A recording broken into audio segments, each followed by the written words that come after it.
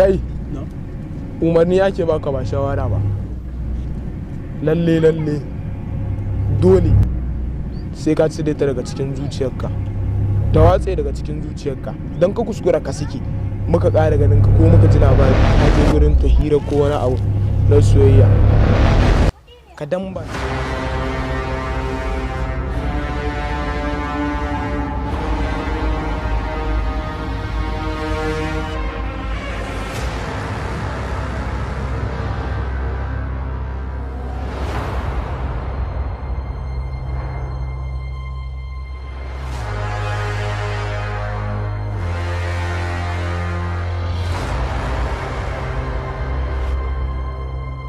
To daga yau duk wanda ya kare maka rashin kunya dukan mutuwa za ka yi mishi,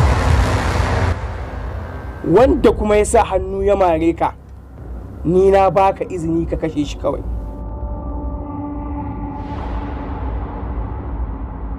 Za ki fito ne ko in shigo miki mugun duka munafuka tsohuwa? Ɗana ba zai iya ɗaukar yarinya ya su gudu ba. Sarki yana faɗa kina faɗa saboda kin rena sarauta.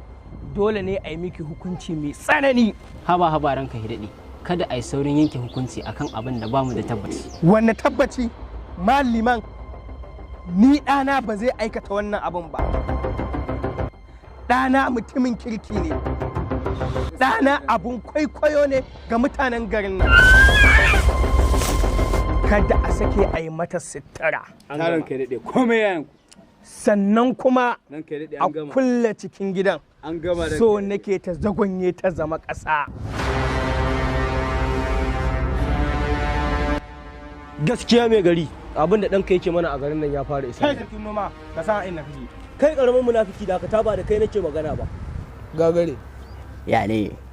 wannan ɗan birnin nan ɗan bokon nan na ga shi wani shishigewa Aliya yake ne don uwarsa.